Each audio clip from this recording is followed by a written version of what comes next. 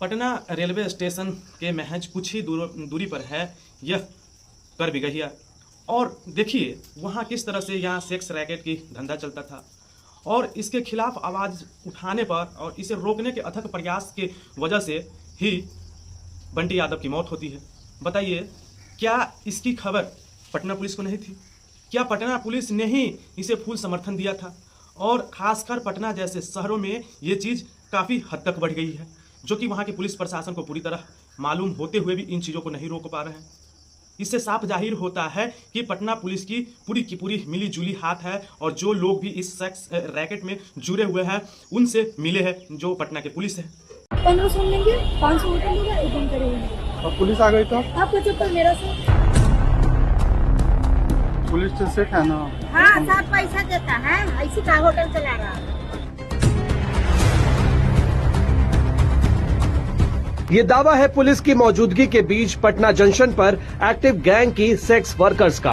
ये हाल तब है जब कुछ ही दिन पहले सेक्स रैकेट का विरोध करने वाले बंटी की अपहरण के बाद हत्या कर दी गई।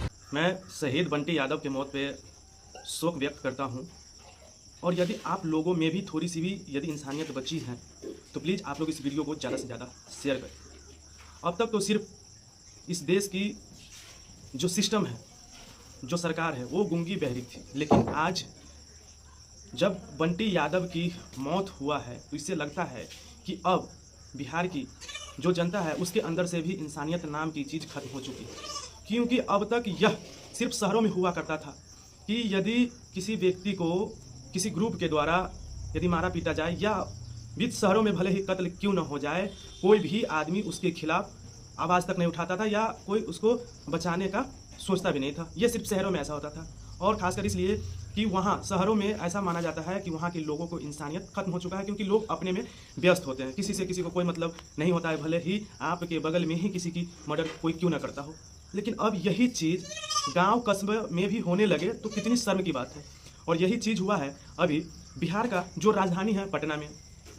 देखिए जो कि कैसे एक ईमानदार और सच्चे इंसान की मौत होता है, जो कि अच्छाई और सच्चाई के लिए आवाज़ जो उठाए थे, उसकी मौत इस तरह से होना बहुत ही बेशर्म की बात है और बहुत ही शर्मिंदा की बात है कि आज कुछ इस कदर से घटना आमतौर पे काफ़ी ही घटती है बिहार में।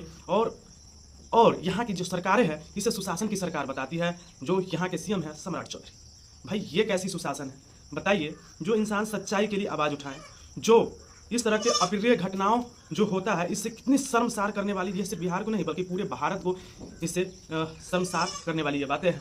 इस पर पुलिस की कोई कदम तक नहीं उठता है। यहाँ तक कि ऐसा लगता है जैसे कि जो लोग भी इन सेक्स रैकेट का वर्क यानी काम करवा रहे हैं, जिन लोगों का यह धंधा है, उनका साथ देते हुए नजर आ रहे हैं जो पटना के पुलिस है। भाई पटना के स्टेशन बताइए, जो कि पूरी रात स्टेशनों पे लोग जगे होते हैं, जो उसके इर्द गिर्द के जो दुकानें होती है वो पूरी 24 आवर खुली होती है, उस बीच से बंटी यादव को उठाया जाता है। लेकिन जो भी अपराधी है खुले तौर पे 5-6 अपराधी मिलकर उसे बंधक बनाते हैं और उठाकर गाड़ी में जबरन ले जाते हैं। लेकिन वहाँ रहने वाले जितने भी वहाँ के जनता थे, जितने भी वहाँ के लोग थे उस स्टेशन के इर्द गिर्द, किसी ने कोई भी आदमी उसे रोकने का साहस नहीं किया।